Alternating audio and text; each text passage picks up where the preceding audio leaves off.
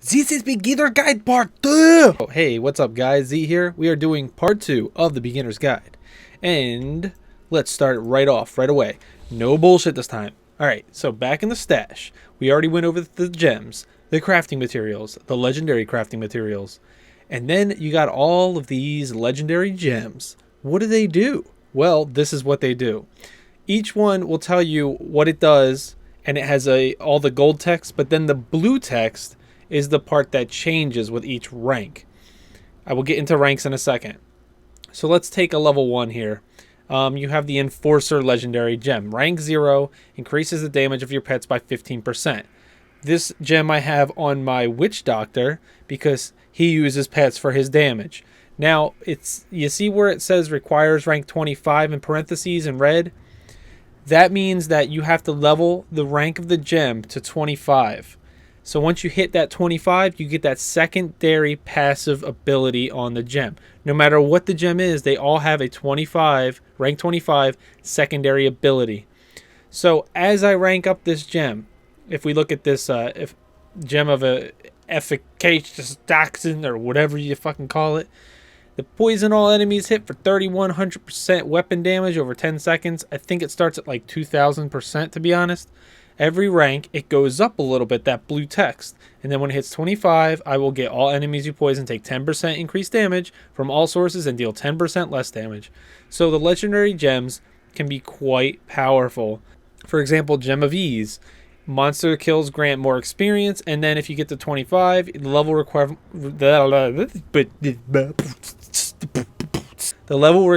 of the item this gem is socketed into is set to 1. So you can have a level 1 character rolling around with a level 70 weapon and absolutely trashing people. Power leveling is pretty serious. So there's a lot of options for different builds, a lot of different things you can do. Now, where do they go? They will tell you can be inserted into jewelry, into weapons like the Gem of Ease. I usually use the 2 rings with sockets and then the amulet with a socket. So I'll have 3. Like on my monk, I have Simplicity Strength, Bane of the Stricken, and Bane of the Trapped in here. So I'm using 3 different gems to help me out in my build. I think the only one that is weapon-based is the Gem of Ease, like I was saying. Uber level 70 weapon and a level 1 character is just wreck face. So then what is this? Greater Key Riftstone. This comes from completing a Nephilim Rift, which you've seen me do before. At a Nephilim Obelisk on adventure mode, you click Nephilim type and you accept. And it's based on your level. If you're level 1, you get a level 1 Nephilim Rift. And if you're level 70, you get a level 70. However, you want to keep in mind what your difficulty rating is. For example, I'm on Torment 10 with the Monk. If I click Nephilim Start, it'll be a Torment 10 70 Rift. Now, graders run independent of the difficulty level. So you see you have all these, and then you'll see in parentheses next to the levels on some of them what equivalent game difficulty they are. So a level 10 Greater Rift is the equivalent of Torment level 1. And so forth. So a level 45 Greater Rift would be the same difficulty as if I took my monk out into the axe or to get some bounties. It'd be the same difference as far as the bonus for the monster health, the bonus for the experience, etc. And then as you go higher and higher, level 60 is the last time you see a Torment equivalent, and it just gets harder and harder after that. So once you complete a Nephilim Rift, it will have a progress bar on the right side of the screen, just like a Greater Rift, but it's not timed. So you can do it at your own leisure. And when you get to the end, if you don't have all of the legendary gems, every time you beat a Nephilim Rift, at the end you're going to get Greater Rift Keystones. And these are used as currency to open a Greater Rift, which in turn, the harder the Greater Rift, the higher you can level your legendary gems. So this is how you get your gems much, much higher. Like this rank 62. I think it's typically about, you need to run a rift 12 levels higher than the rank of your gem to get a 100% chance to upgrade it. Because you get 3 chances on a regular and 4 chances on an empowered. And an empowered looks like this. When you click on it and you click empowered, it will give you a gold cost that is added to the stone cost, which will give you a 4th bonus opportunity, which I recommend using it all the time as long as you are pretty confident you can beat it, because you get a ton of gold and you're not going to use it all. So I recommend empowering as much as possible because it cuts down on the time. So if I need to get my rank 39 to rank 60 and I can run rank 70s, but they take me a long time, when I'm at the lower levels and I can run a 60 fast, I'll empower it until my upgrade chance of my gem does not become 100% every time.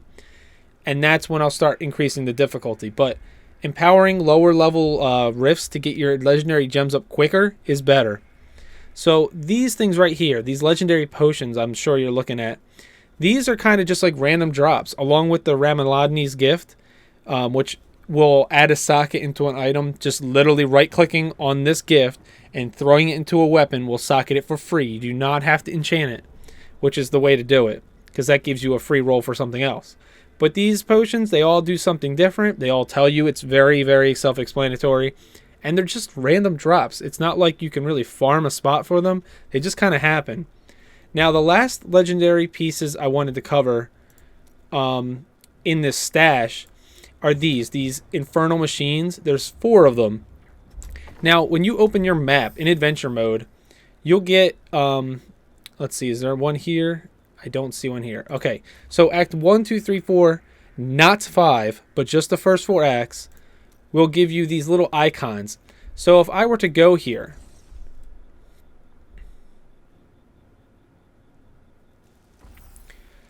now when I get here to find the key warden, you notice instead of a yellow marker, I have a purple marker. And the purple marker you might not always find immediately when you teleport in the area, but just kind of like look around until you get the purple marker. If we go to that spot, oh my, one click and we're already good to go here.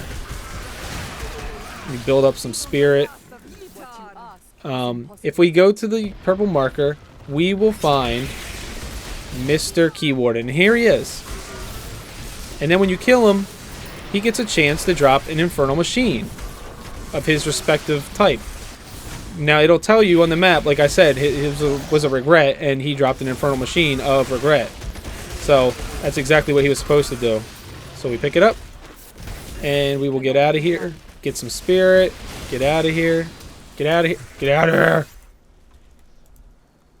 and poof. So that's how it works. You get an infernal machine just like that. Now, the higher rank torment you go, the better chance you have of getting one. And if you go on rank 13, which I usually do, you have a chance of getting 2 infernal machines at once. Now, you might ask, what do you do with them? And it says, use inside a tainted abode hidden within New Tristram. Torment only. So you need to be at least Torment 1 or higher. And when you're in Act 1, you run over here, and there's a healer. His name is Brother Malachi the Healer. See this building? Hit it with anything, and you'll open the Heretic's Abode.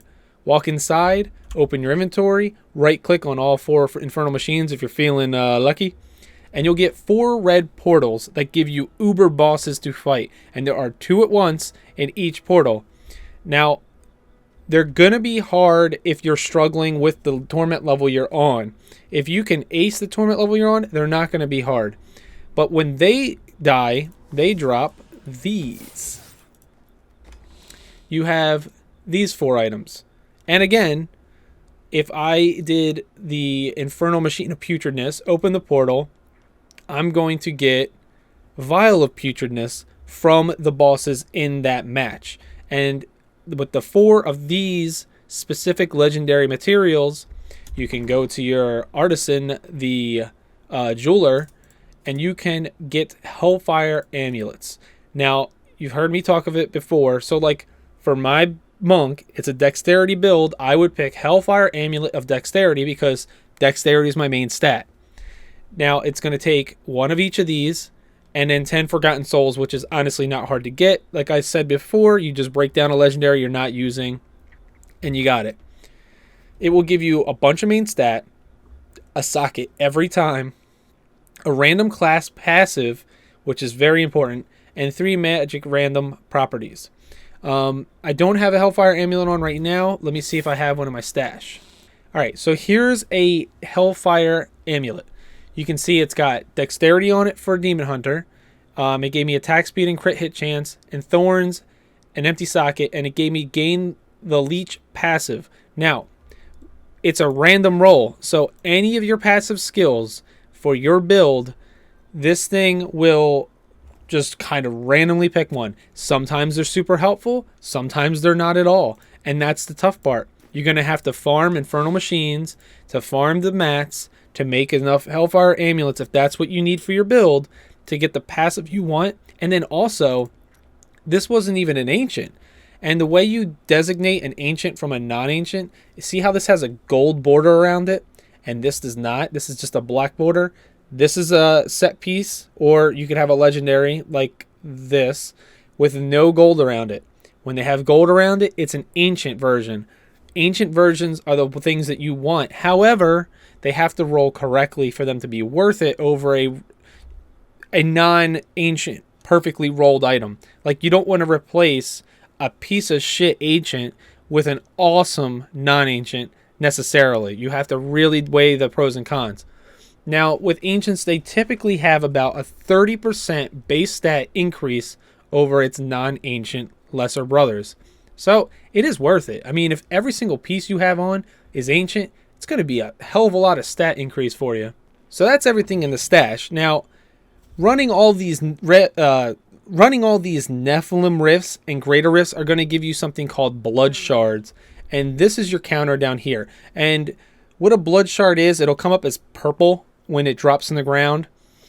You can only collect, I think, about 500 is the limit on somebody who's never completed a very high greater rift solo, and you can increase your cap by beating progressively harder greater rifts. You can see mine's at 1240. So that means I've beaten level 74 greater rift, like I said before, and it's gotten me up to 1240 max cap on my blood shards, which it sounds like a lot, but you go through it really fast. And what you do is you talk to Kadala in the main camp, and it's any act. She's in every act. And you have all this. It's like a gambling game. And you pick an item. So let's say I had one of Shenlong's fists, but not the other. What I would probably do to make sure I can get that set bonus that I need is I would roll the one-hand mystery weapon over and over until I got it. And, you know, you're going to get a bunch of random yellows, a bunch of blues, and I think there's a 10% chance that you will get a legendary or a set piece. So it's very rare to get the thing you want quickly. You usually are doing this quite a lot.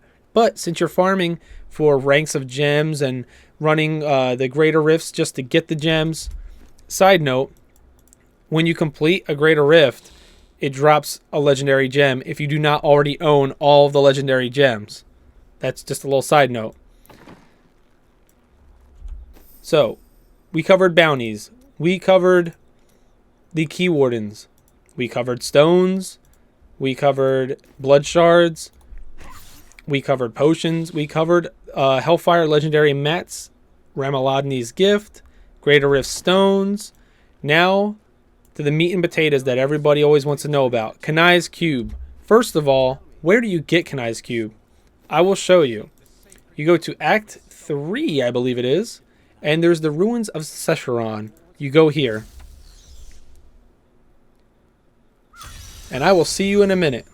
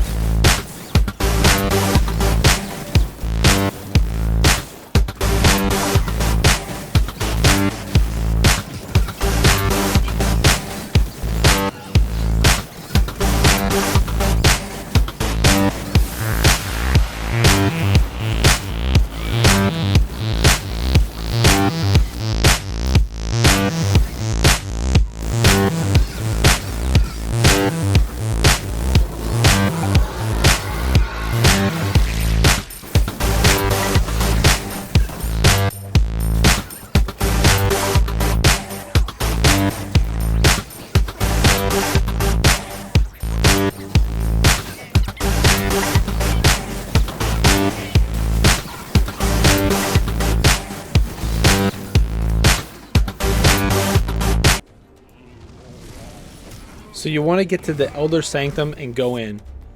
This is like level 2 for Ruins of Sescheron.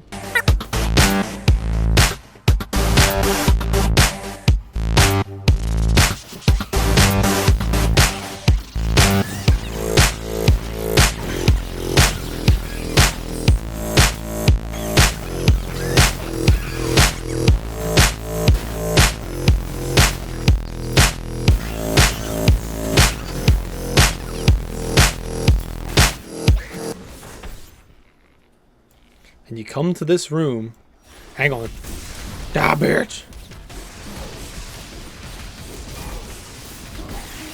You come to this room, and you see Kanai's cube sitting there in an orb. Now, I already have Kanai's cube, so it's not going to happen again. It's a triggered event. You walk in, you don't have Kanai's cube. A little orange guy comes up, and he's like, and he shoots the thing at the cube, and it fucking disappears. And then you go, boom, T for teleport. And then when you come back to town, you go see Zoltan Cool, and Kanai's cube is sitting on the altar. And you can talk to either one, and it opens Kanai's cube. Boom, boom. Now, you might notice it looks a lot like a Heretic cube from Diablo 2. And it kind of is, only it's like even better. So you have 9 slots where you can put stuff in. And if you're like, hey man, I don't know what the recipes are, you hit this little book symbol down here, and it will give you most of the recipes. So extract legendary power is the one you're going to be using the absolute most, and it tells you that you need those axe specific legendary materials and 5 death breath plus the item that you're trying to pull off of. If you have an item like, for example, these shoulders I have on, they have a gold text passive ability. Cyclone Strike reduces damage taken by 50%. Everything else is blue text. It will not take any of that. But if I were to put this in here with the rest of the materials and hit transmute, it will destroy the item that I put in there and all the materials. But when I go to the armor slot, I would be able to pick its ability. Now let's see if we can find the shoulders I have. Here it is, right here. I would just click on this, and I have not done it yet because I'm actually wearing them. And now my Cyclone Strike reduces your damage taken by 50% for 5 seconds as a passive. I don't have to have the piece of gear on. So when you are selecting, like, you have a weapon slot, you have an armor slot, and you have a jewelry slot. And each one, you can only pick one at a time, but you don't have to wear the piece of gear. So that's the really awesome part. Like for this build, I need to have Ring of Royal Grandeur because I'm only using 5 pieces of the set, and I have my shoulders replaced with the Lefebvre's or whatever soliloquy. That way I get reduced damage when I do Cyclone Strike, and Cyclone Strike is when I pull them all into me, and then I'm hitting them all. So I use that all the time. So for me, it gives me the 6 set bonus without having the 6th set piece on. So that's really helpful for my build. This increases my primary skills by 100% damage. That's what I use to deal damage. This lets me deal extra speed when I'm attacking. I mean, it depends on what build you're doing, but this is amazing. Kanai's cube is so helpful. And if you go through the page, you can see different abilities that this thing can offer for you. Now, it's going to go through a shit ton of materials, but that's what you do in this game. You get all the materials, and then you start trying to get like every little piece of power you can out of your gear. So Reforged Legendary will re-roll a Legendary. Now, keep in mind, because I didn't know this my first time, I tried to re-roll an Ancient because it rolled really shitty and I needed the Ancient to replace my non-Ancient version. If you reforge a Legendary, it does not mean that it was going to guarantee roll another Ancient. It could, but it might not. With Upgrade a Rare Item, this is also very helpful. Like I said before, let's say I had one of my fists but not the other, and I had a level 70 yellow fist. You come over here with your basic crafting mats, except for the Death Breath is not really basic, but it's not that hard to get once you're 70 and you're running a whole bunch of Nephrifs. You take all your materials and you throw that yellow fist in there and hit transmute, and it will pop out a legendary or a set item. And it could be ancient, it could be non, it could be the legendary, it could be the set, like I said. So I'd have a chance, again, besides blood shards, to try to get that last piece of my gear. So that's really helpful. Convert set item. This is another way to get your sets done quickly. So if I had, let's say, 4 out of 5 of the pieces I need for this set, I could take, if I have a duplicate, like if I have 2 of these chests and I need to have a pair of pants, I can take that chest, throw it in here with 10 Death Breath and 10 Forgotten Soul, and re-roll it. As long as I keep putting in 10 Death and 10 Forgotten Souls over and over with the item, it'll cycle through randomly with random stats, random everything, except it will never be an ancient, as it says in bright red text. It will never be an ancient. So it's only good to get you that 6 set bonus if that's what you're really going for. So it can help you get there, and then you can just kind of farm out for ancients. Remove level requirement. Well, exactly what it says. Removes level requirement, but it uses that rank 25 plus Gem of Ease with the item. So it's another way to make a level 70 item absolute boss mode. But this doesn't have to be a weapon. It's an equipable item. So you can make a full set of level 70 power leveling gear and just throw it on a new character and blitz to 70. Convert gems. I will show you what you need to know for a convert gem recipe. You need to go to Act 2, Chaldeum, Hidden Camp, and you need to talk to this little chickie right here. Her name is Squirt the Peddler. And you go to Miscellaneous, and you will notice she has designs for the Hellfire Rings, the level 60 and the level 70 variant, and the Hellfire Amulet, which you need for the jeweler to make the Hellfire Amulet, by the way. Word Spell, which is a piece for Whimsyshire, and Essence of Amethyst, Diamond, Emerald, Ruby, and Topaz. You buy one of these, and you can transmute 9 gems of another kind. So let's say I need 9 royal diamonds, but I only have 3. Okay, well, if I can get 9 of another stone that's in a royal, I'll have 9 more royal diamonds that I take that stone that's not a diamond, and I buy an essence of diamond. The 9 stones that are not diamonds, they are obviously, I need them to be diamonds, so they could be any stone besides a diamond. And you throw it into Kanai's cube, the convert to diamond essence, and the 9 non-diamond stones, and it will transmute into that tier of diamond stone. You can do that with any of them. So if you're running really short, like if you have a bunch of characters that use all the emeralds because they all use dexterity, but you have an assload of rubies because you don't have any strength-based people, then you can convert it, and it will make it where you don't have to farm out and wait to have all flawless royal gems in all your gear if that's what you want to go for. So that's another thing that's helpful. Convert crafting materials. I never use this, honestly. I have so many freaking crafting materials, but if you really wanted to, you could swap around your crafting materials if you have like a shit ton of something and not enough of the other. Augment ancient item is another thing you're going to be using quite a bit once you get higher ranked. And this is another reason to level up gems that you don't necessarily use. Just pick one that doesn't say it has a level cap. If it can hit like level 100, it really doesn't matter. I don't see hardly anybody hit rank 100 plus on legendary gems. You have to be running greater rifts that are insanely difficult to even try to upgrade those. But you take 3 of any gem that you want, and keep in mind, if you're going to take this, the 3 times flawless royal amethyst, it's going to do vitality. If you take the emerald, it's going to do dexterity. Ruby will do strength, and topaz will do intelligence. So I don't think I have any on here on this character, but on my witch doctor and my demon hunter now, like let's say I wanted to add dexterity to my fist to make it even more powerful, I can do that. And you can see it tells you a requirement for, so if it's a weapon, it requires a level 30 legendary gem minimum. For a piece of jewelry, it requires a rank 40, and for a piece of gear like that you wear armor wise, rank 50 or above. So I would take 3 flawless royal emeralds, throw it in there. I would take the item, so the fists, I would throw it in there. And then I would take a legendary gem. Now, I recommend not doing the minimum requirement. Don't throw in a level 30. It's not going to give you enough boost to really justify all the time you spent getting it to 30 in the first place. I would recommend doing it as high as you can take the gems that you are actually wearing.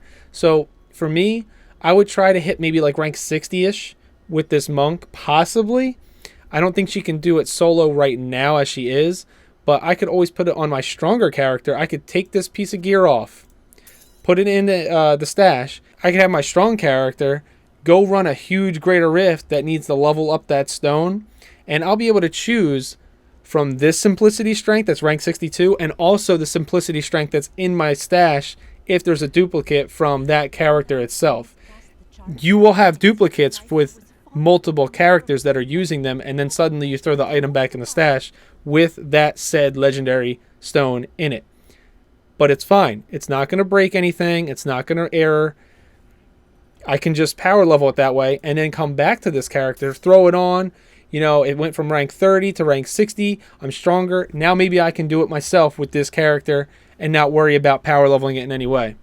But if it says rank 30 on the weapon, try to hit rank 50. Try to hit rank 55. The reason I say this is because the higher the rank is, the stronger this augmentation is going to be.